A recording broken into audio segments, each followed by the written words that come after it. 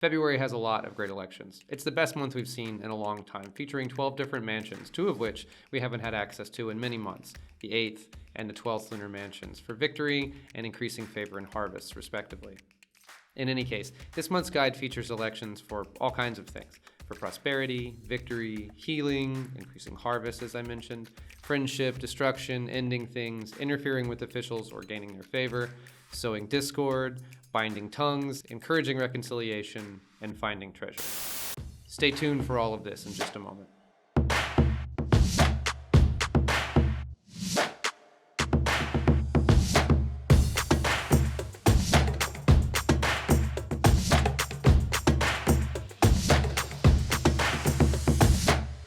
Welcome to the February 2023 Lunar Mansion Guide.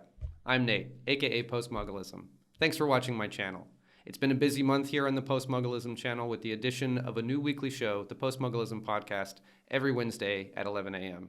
The podcast is quite different than the content of this monthly Lunar Mansion Guide, definitely, exploring some of my other deep interests in magic, such as nature worship, dirt sorcery, and spirits of place, as well as its overlap with my family's adventures in building a homestead and a spiritual healing center in the Mayan jungle.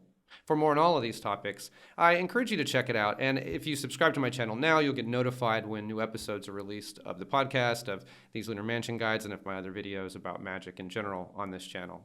Thanks for being patient with me while I shared that bit of exciting news. Now let's get on with this month's Lunar Mansion elections. First, I'll run through an overview of the mansions I found elections for, and which of the 4 time zones I feature will get access to each of those elections. From there, I'll dive into each mansion in detail, sharing details on each mansion from the Picatrix and from other sources, lore, mythology, and of course, the specific astrology of each election and my takes on how it will affect the talismans made at those times.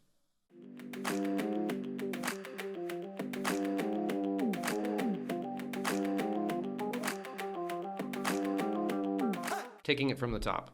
The month has a strong opening, with the multi-purpose 7th Lunar Mansion landing on the 1st of the month and available in EST, CET, and AET time zones for your workings related to whatever you wish that pertains to good things. Then on the 2nd, Nathrah, the 8th Lunar Mansion, makes its first appearance in a while in AET and CET time zones, a harbinger of victory in conquest and in other areas of life as well. Continuing the waxing/winning theme, on the 3rd of the month, the moon enters the 10th Lunar Mansion, good for healing, love, and vitality in PST time zone. A few days later on the 6th, the Americas get an election in the 12th Lunar Mansion, another one we haven't seen in a long while. Gain favor from authorities and favor upon your harvest when the moon is in this mansion. A happy, waxing version of the 14th Lunar Mansion brings elections for love and healing on the 8th, and on the 10th of February, the 15th Lunar Mansion provides an opportunity for CET time zone to make a talisman for friendship and good things. Ideal for any small business owners out there, particularly those who sell goods of various kinds. The 16th Lunar Mansion for profit and prosperity has elections for PST, EST, and CST on the 10th. And early on the morning of the 11th, CET gets its chance at prosperity and profit promised by the 16th Lunar Mansion as well.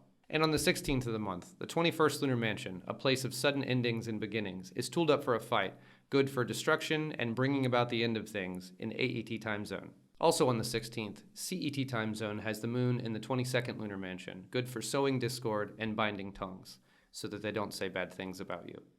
Usually a prosperity mansion, the waning moon shifts the 24th Lunar Mansion on the 18th to the malefic-ish purpose of preventing an official from carrying out their duties. PST time zone has one election in this mansion. On the 22nd, AET time zone gets the only elections in the 28th Lunar Mansion this month, and with the moon waxing once again, it will be good for prosperity and abundance. Lastly, and again, only for AET time zone, the 2nd Lunar Mansion, a place of reconciliation, and potentially also good for finding treasure, offers an election on the 23rd to close out the month. That's all of the elections in February, which I think you can agree for a short month is a lot of elections. Nearly all of them featured a trine or better with a relevant planet in a beneficial position, which is my definition of talisman quality. Now that you've seen the list of the elections for the month and the time zones that they're available in, feel free to skip ahead to the mansions that interest you using the links in the table of contents in the description below the video.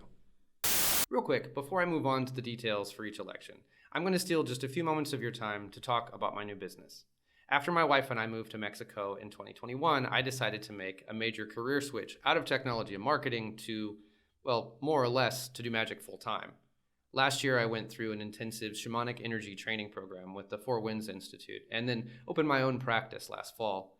And I've had the opportunity to work with a lot of great people since then, and really enjoy the work and also the relationships I'm building. Plus, it affords me the opportunity to focus on creating all of this free content for you. If you ever find yourself or a friend or a loved one in a situation where traditional medicine isn't working for you, or you just don't like it for whatever reason, I'd love the opportunity to work with you as an energy healer. If you're interested, you can find out more about my energy healing practice at www.sacredserpent.co. That's .co, not .com. Or just hit me up on Twitter as postmuggleism or by email at postmuggleism@gmail.com. Thanks for your time.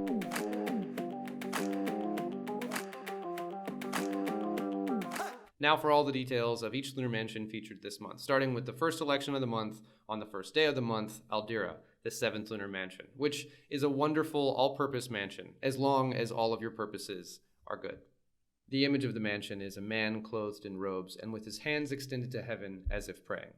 And the Picatrix in Book 4, Chapter 9 says that it is for the acquisition of all good things. This and the legend of its hosted fixed stars, Castor and Pollux, where Pollux prays to his father Zeus to spare his twin half-brother Castor from Hades, which was half granted, before the brothers were consigned to the sky as the constellation Gemini, suggests a piety at work in the mansion, which the Picatrix confirms by instructing you to ask for anything that you wish that pertains to good things. Book 1, Chapter 4 of the Picatrix also suggests making images to increase merchandise and profit, to travel safely, and to increase crops, friendship, and to cause authorities or officials to be benevolent. The spirit of the mansion is Shaliel. This month, the moon trines Venus in EST and Saturn in CET and AET time zones in the 7th lunar mansion. Venus is exalted in Pisces now, and Saturn is in its domicile, so the aspecting planet is well positioned in both cases. EST gets a trine to artful Venus in Pisces, bringing dreams to reality quickly and creatively.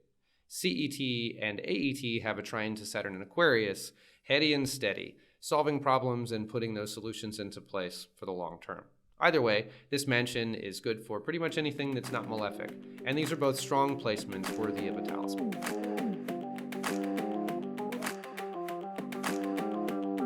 The image of the 8th lunar mansion is an eagle with the face of a man, and the mansion promises victory, so it feels like it would be right at home in American, or for that matter, Roman propaganda.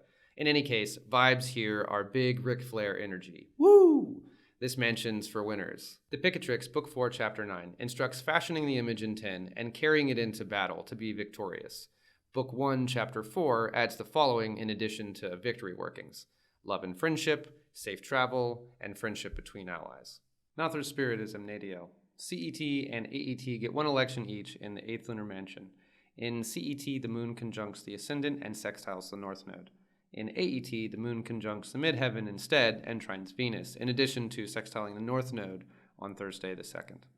The trine to Venus makes AET's election much stronger, so for CET I might suggest sticking to a one-off working rather than a talisman. In AET, however, there is enough support from Venus to warrant a permanent talisman. The waxing moon sets Nathrah up to deliver victory in both time zones, but AET has a better configuration for tapping the love and friendship qualities mentioned in Book 1.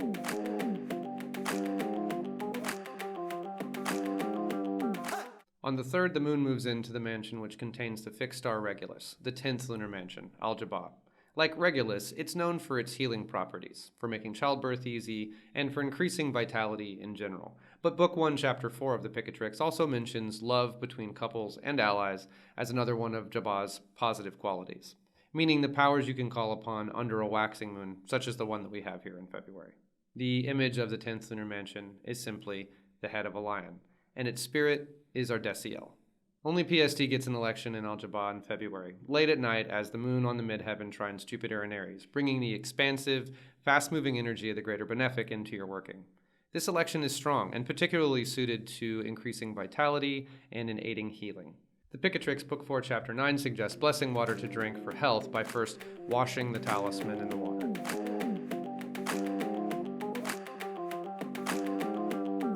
On the 6th of February, the moon enters the 12th lunar mansion, Sarfah, a neutral mansion, neither always positive nor always negative. Book 4, Chapter 9 offers only one use for the talisman, that is, separating two people. But Book 1, Chapter 4 suggests merely the opposite, saying that it increases harvests and supports honest relations with allies, officials, servants, and so on. In February's waxing moon, this mansion is most aligned with the positive qualities of increasing harvests and establishing trustworthy relationships. Of those, I'm most interested personally in trustworthy relationships because you can never know too many good people. The mansion's image is a dragon fighting a man, and its spirit is Abdizuel. PST and EST get one election each on the evening of the 6th, when the moon on the ascendant trines the North Node in Taurus, an Earth sign, which should reinforce the steadfast, reliable, trustworthy theme with the people that you might attract from working through this mansion. Depending on how you think about increasing harvests, the other mentioned use of this mansion, you might employ this election for a prosperity working as much as one for gardening. But my take is that the Picatrix typically mentions prosperity in some way in the list of its qualities when that's relevant, and this mention doesn't. So that suggests that unlike the 24th or 28th mansions, for example, which imply increase or abundance of resources that equate to wealth, I think Sarfah is literally more about yield. So if I was experimenting with a modern interpretation or application, I would approach this as like a force multiplier on investments, possibly even with investments of time rather than specifically money. Trying to make the most of your labors, that sort of thing.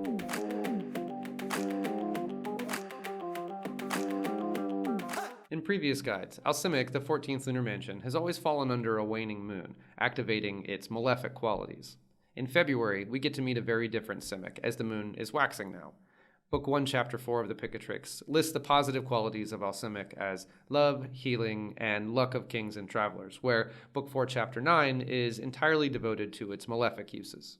Each of the elections for Simak feature a trine to Mercury, who also rules Virgo, making Mercury the lord of the domicile of the moon as well in these elections. This heavily mercurial influence aligns well with the healing and medicinal or travel-related effects of the 14th lunar mansion under a waxing moon. The spirit of the mansion is Argediel, and its image is a dog with its own tail held in its mouth.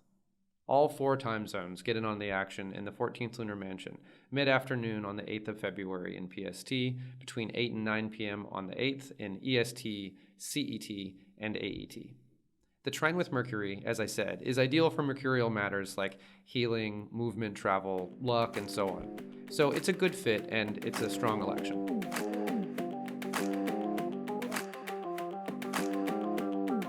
Ghafr, the 15th lunar mansion, is all over the place when it comes to its powers and qualities. The Picatrix Book 1, Chapter 4 says that it can be used for digging wells and finding treasure under a waxing moon, and Book 4, Chapter 9 says that it is for friendship and love and related things. The mansion's image is a seated man holding scrolls in his hand as if reading, and its spirit is Ateliel. CET has one election in Ghafr, very early on the 10th, with the waxing moon on the midheaven trine Mars and Gemini. The moon in Libra is ruled by an exalted Venus in Pisces, which should help to balance out the aggressive energies of Mars in this configuration. And Mars is also in the 7th house of relationships, so this has the power to affect or attract relationships impetuously. Be aware that things may heat up if you employ this talisman, so be careful to avoid a quick flameout.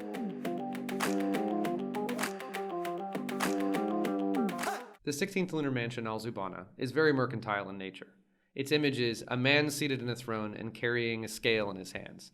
The mansion originally occupied the scales of the constellation Libra, and the Picatrix Book 4, Chapter 9 instructs us to ask of it pertaining to selling and buying, suggesting strongly that its focus is on transaction, on the exchange of mutually acceptable value. A strong election under a waxing moon in Zubana, like the one in February, is the ideal configuration for a prosperity talisman for your business, particularly if your business sells goods rather than services. The spirit of the mansion is Azaruel. PST gets one election, and EST gets 2 on the 10th. Then on the 11th, CET has a final late election in Zubana. In PST, early in the morning, the moon on the midheaven trines the sun. In EST, both elections feature a trine to Mars instead, and then in AET, the trine is to both the sun and Saturn. In all cases, the ruler of the domicile of the moon is an exalted Venus in Pisces, which adds benefic juice to the proceedings. The Sun, Saturn, or Mars configurations in these various elections may shift the effects of a talisman made in each election slightly, but this mansion's focus is primarily revenue growth either way. However, the exalted lord of the domicile of the moon is a nice touch, sure to smooth any rough edges from working with the energies of any of those malefics.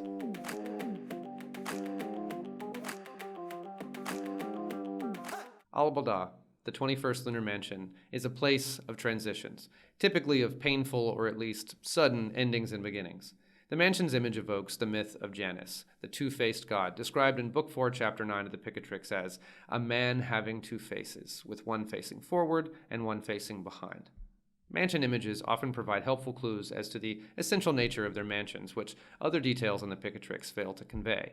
One face looking forward and one face looking back suggests an important change marked by a significant event. Book 4, Chapter 9 describes the function of talismans made under this mansion unequivocally as being for destruction and depopulation. Intense, and generally not useful, but Book 1, Chapter 4 suggests the opposite.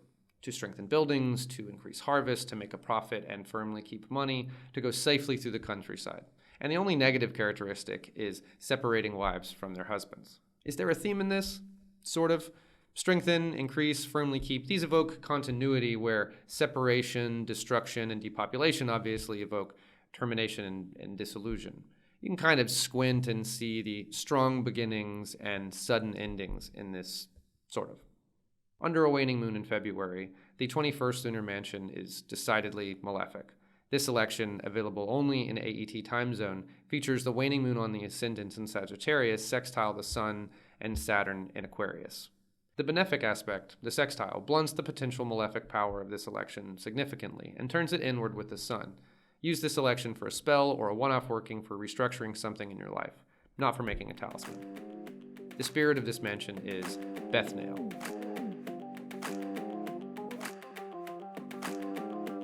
The 22nd lunar mansion, Dhabih, depicts a very mercurial figure, a man with winged feet wearing a helmet, and evokes trickster vibes with this description of its powers from the Picatrix, Book 1, Chapter 4.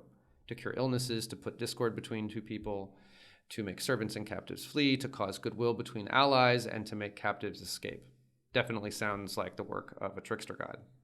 Book 4, Chapter 9, though, says that talismans made under the 22nd lunar mansion are for binding tongues, so that they won't say anything bad about you.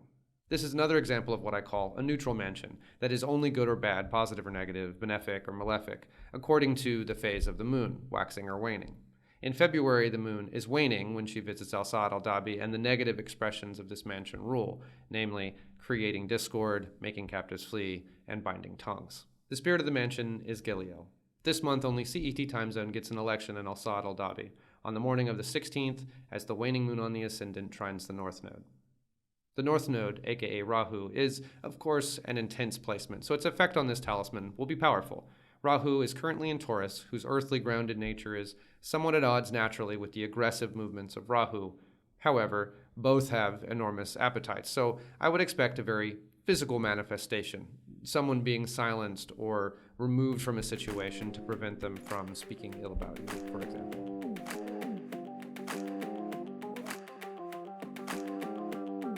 Usually one of the best opportunities for prosperity talismans, this month's lunar visit to al-Sud, the 24th lunar mansion, occurs under a waning moon, canceling its positive expressions in favor of its negative, or at least constrictive ones, and there aren't that many that are mentioned.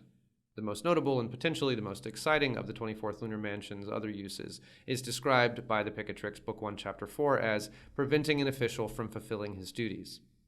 Fixed stars and constellations in astrology clarifies this a little by saying that it prevents the execution of government. The same passage also mentions destroying the riches of allies, both of which would seem to imply the mansion can cause instability, financial and otherwise. PST gets one so-so election in the 24th lunar mansion, mid-morning on the 18th, when the waning moon on the midheaven conjuncts Mercury in Capricorn, trines Mars in Gemini, and sextiles Jupiter in Aries all at once. This is a mixed bag because the election is essentially malefic, but those are all benefic angles. Yet there is strong Saturn rulership over Mercury and Capricorn, and Mars is incorporated and also ruling Jupiter, so there is friction and aggression implied within these transits. It's a bit watered down as a malefic working and underpowered as a benefic working, so I think if you have a specific need to interfere with the function of your local government or a particular government official, this could work for a one-off spell for that purpose.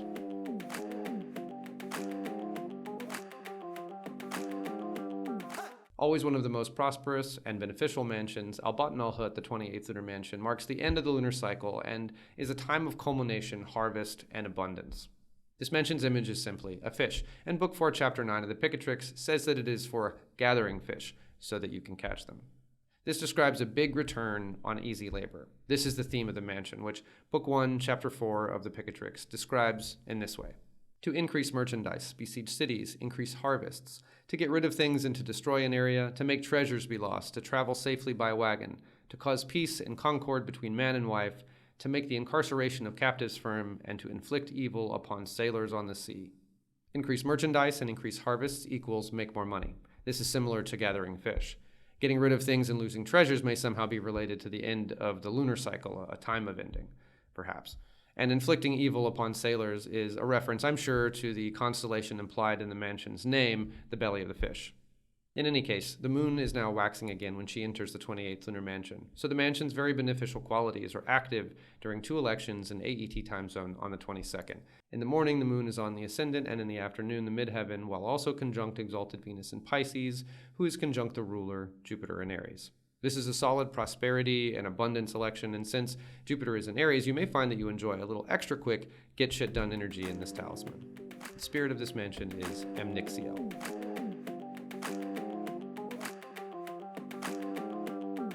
Butain, the second lunar mansion, is a place of reconciliation, particularly with those in a better station than yourself, according to the Picatrix, Book 4, Chapter 9, which describes its talismans as being for the removal of anger.